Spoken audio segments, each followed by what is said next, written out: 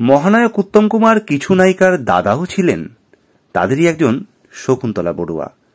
ভাইয়ের কপালে দিলাম ফোঁটা, আর কি আমি চাই, নাই বা পেলাম পান্না চুনি, দুঃখ আমার নাই। ভাইফোঁটার চিরন্তন গান, যার লিপে আইকনিক হিট, তিনি শকুন্তলা বড়ুয়া। সিনেমায় যখন আসেন শকুন্তলা বড়ুয়া দেবী, তখন তার বিয়ে হয়ে গেছে, শুধু তাই নয়, দুটো মেয়েও হয়ে গেছে। তারাও তখন কিশোরী। ওনার ব্যাকগ্রাউন্ডটা অন্যরকম ছিল। তার স্বামী কোল ইন্ডিয়ার জেনারেল ম্যানেজার ছিলেন। তার প্রথম ছবি বিয়ের পরেই, ছবিটা ছিল সুনয়নী।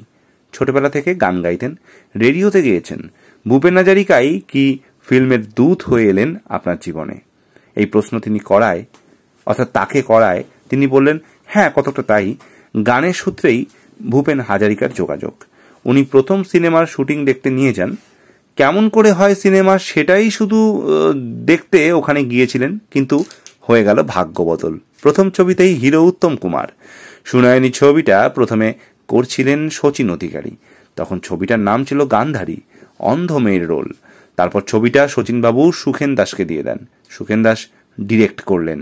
সুনয়নী হিট করার পর তো আর পিছনে ফিরে তাকাতেই হলো না শকুন্তলা বড়ুয়া দেবীকে। সুনয়নী হিট হলো। ওনার লিপে অজয় দাসের সুরে আশাজির হিট গান। সুখেনদারই পরপর ছবির অফার পেয়ে গেলেন। তারপর প্রতিশোধের ভাইয়ের কপালে দিলাম ফোঁটা মানেই কিন্তু শকুন্তলা। অরুন্ধতী হোম চৌধুরীর গলায় সুখেনদা আর অনুপদা, দুই দাদা, যারা বিধবা বোনকে লাল শাড়ি পরালো ভাইফোঁটায়। রক্ষণশীল পরিবার, তারপর দুই মেয়ের মা। এত ছবি করলে শেষে সংসার ছাড়তে হবে, দুটো বাচ্চা রেখে সম্ভব না। তাই ছবি ছাড়লেন অনেক নায়িকার রোল ছেড়ে দিয়ে।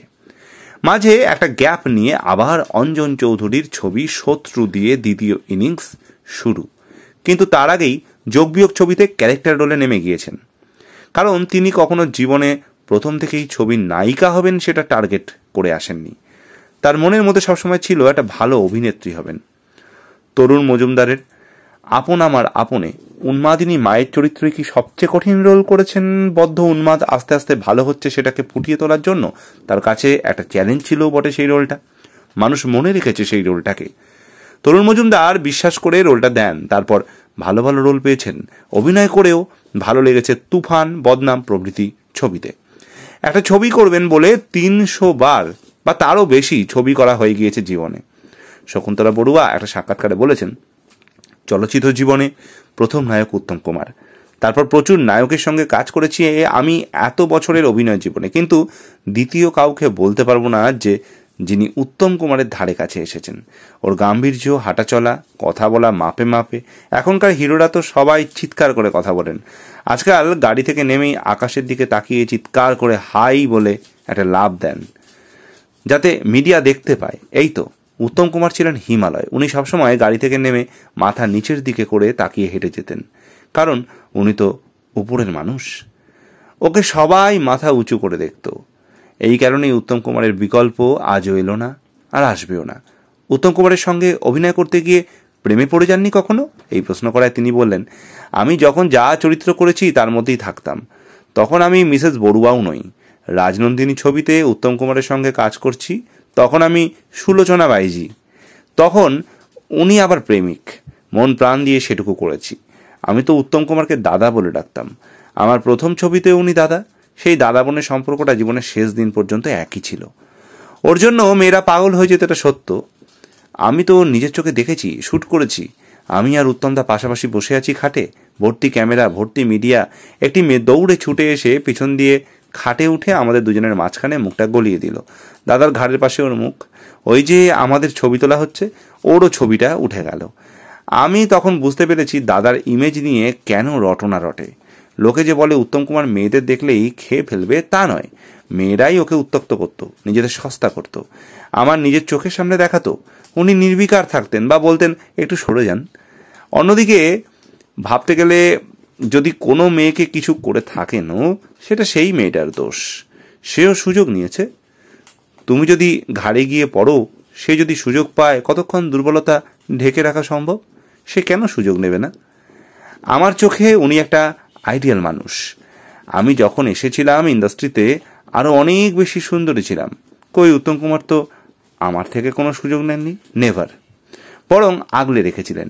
প্রথম দিন NT1-এ কাজ করছি, আমার রুমের বিপরীতে উত্তম কুমারের মেকআপ রুম।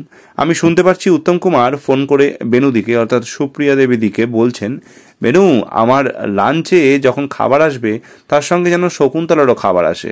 এটা কোনো হিরো আজ পর্যন্ত বলেছেন বা করেছেন বলে তো আমার জানা নেই। আমি তখন নতুন একটি মেয়ে, কেউ আমায় জানে না, চেনে না।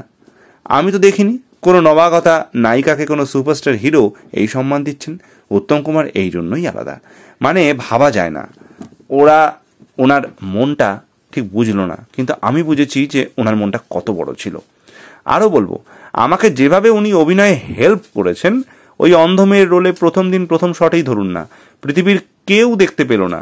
আমার কানের কাছে পায়চারি করতে করতে উনি বলে দিলেন, তুমি ডান পা দিয়ে এগোবে আর 2.5 পা গিয়ে তুমি আমার বাঁ কানের দিকে তাকিয়ে চায়ের কাপটা নিয়ে বলবে, দাদা চা।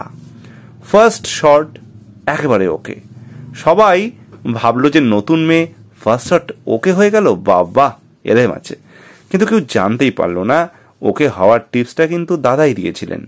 পরে আমি দাদাকে জিজ্ঞাসা করেছিলাম, এটা আমায় বললেন কেন? দাদা মুচকি হেসে বলেছিল, তুমি 2.5 পা এগিয়ে আমার কানের দিকে তাকালে আলোটা তোমার মুখে পড়বে। উত্তম কুমার আজ চলে গেছেন, 40 বছর হলো। কেমন লাগে পুরনো কথা ভাবলে? মিস করেন আপনার দাদাকে?